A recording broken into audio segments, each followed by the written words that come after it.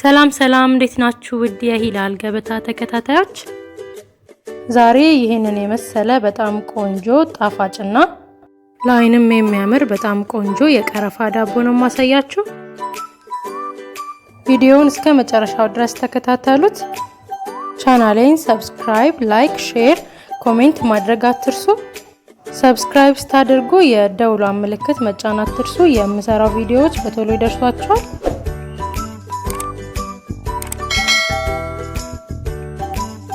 ስራዬን ስጀምር በመጀመሪያ ስኳር ነው ማድርገው ከዛ በጣም ትንሽ ጨው አደርጋለሁ ዳቦውን እኔ ያቦካሁት በወተት ብቻ ነው እናንተ ከፈለጋችሁ ውሃ መጠቀም ትችላላችሁ ወተቱን አድርገን በደንብ እንዲማሟልን ስኳሩ በደንብ ማቀላቀል አለብን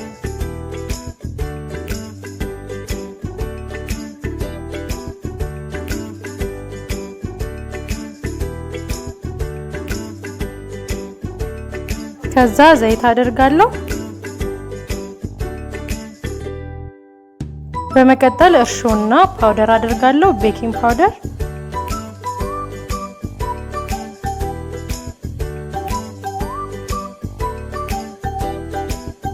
በእርሾን ብቻ መጋገር እንችላለን እኔ በደንብ እንዲቦካልኝ ፓውደሩን ጨምሬያለሁ ማለት ነው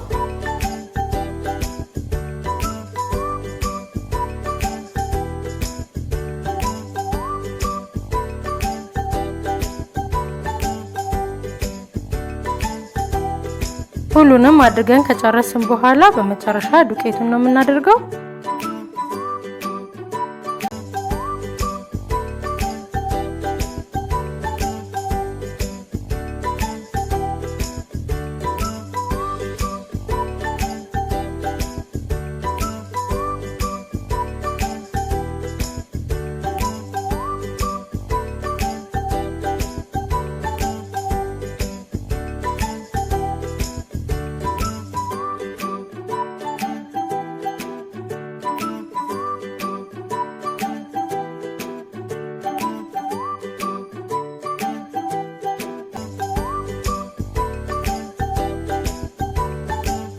እንደምትመለከቱት እንግዲህ በደንብ አብኩቻለሁ ለ30 ደቂቃ ያህል እንዲቦካልኝ ከድኜ አስቀምጠዋለሁ ማለት ነው ሊጡ እስኪቦካልኝ ድረስ ዳቦ ላይ ማደርገውን ጣፋጭ አዘጋጃለሁ ጣፋጩን ለመስራት የተጠቀምኩት 1 ብርጭቆ ስኳርና 1 ብርጭቆ ውሃ ነው ሁለቱንም በእኩል መጠን ነው ማድረግ ያለብን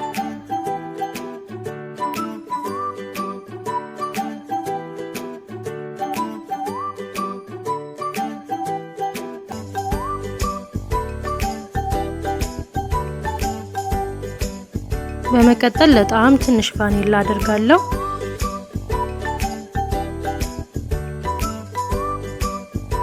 በመጨረሻ እንግዲህ ቀረፋውን ነው ማደርገው ዳቦ በደንብ ቀረፋ እንዲል ስለሆነ የምፈልገው 2 የሾርባ ማንኪያ የሚሆን ቀረፋ ነው ማደርገው ለዚህ ጣፋጩን ለመስራት የተጠቀምኩት ስኳር ውሃ ቫኒላና ቀረፋ ብቻ ነው ሁሉንም ከቀላቀልን በኋላ እስኪንተከተክ ጠብቀን ማውረድ ነው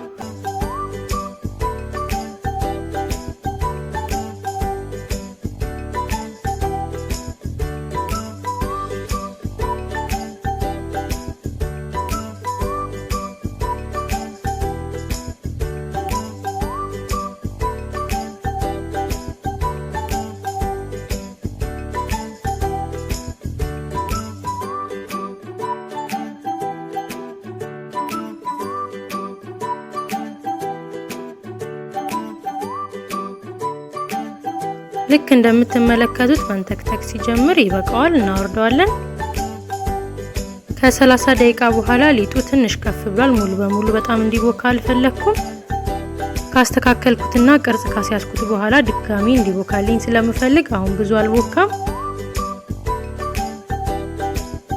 አሁን እንግዲህ ቅርጹ እንዴት እንደወጣ ነው ማሳያችሁ በመጀመሪያ ሊጡን እንዳምጣዋለን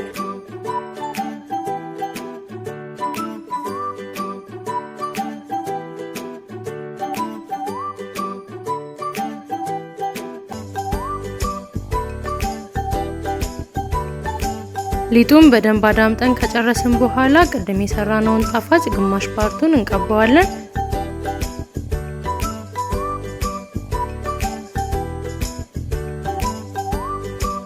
ቀሪውን ግማሽ ፓርት ደግሞ በቢላ እንቆራርጠዋለን።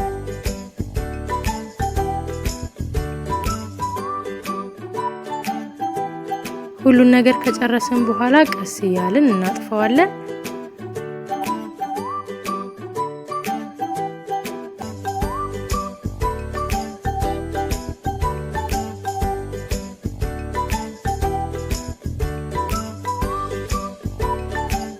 እንደምትመለከቱት አጥፈን ከጨረስን በኋላ እንቆራርጠዋለን። እኔ የተወሰነውን በትንሹ ቆራርጬዋለሁ፣ የተወሰነውን ደግሞ በሁለት በሁለት እያደረኩኝ ቆራርጬ ፓትራ ላይ ደረድራለሁ።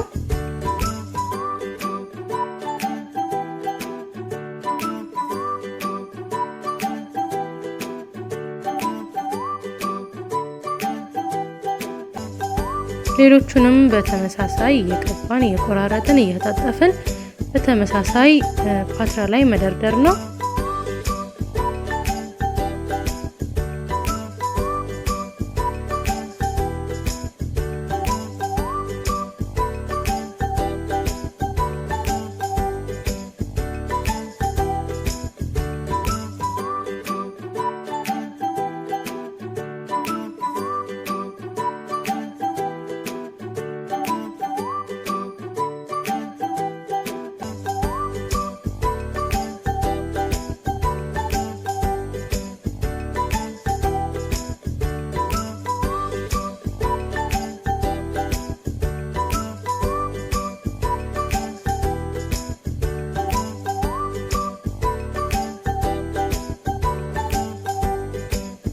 አሁን ሁሉንም ፓትራ ላይ ደርድሬ ጨርሻለሁ። ፓትራ ላይ አስተካክለን ከጨረስን በኋላ ቀደም ያስቀረውትን ጣፋጭ ከላይ ደግሜ ቀባዋለሁ።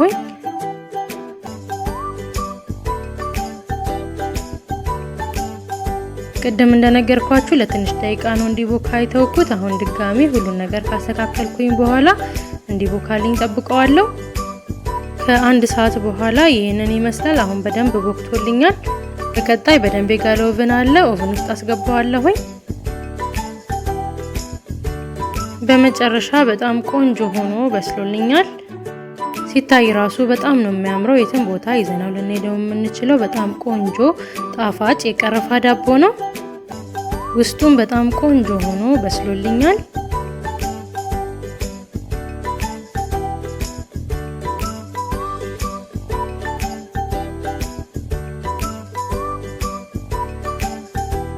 የዛሬው ቪዲዮ ያያችሁትን ይመስል ነበር። እንደምትወዱት ተስፋ አደርጋለሁ። ከወደዳችሁት ላይክ አድርጉ። አስተያየት ካላችሁ ኮሜንት ላይ አስቀምጡልኝ። ቻናሌን ሰብስክራይብ አድርጋችሁ የደውሏን ምልክት መጫን አትርሱ። ሌላ ጊዜ በሌላ ቪዲዮ እንገናኛለን። ቻው ቻው።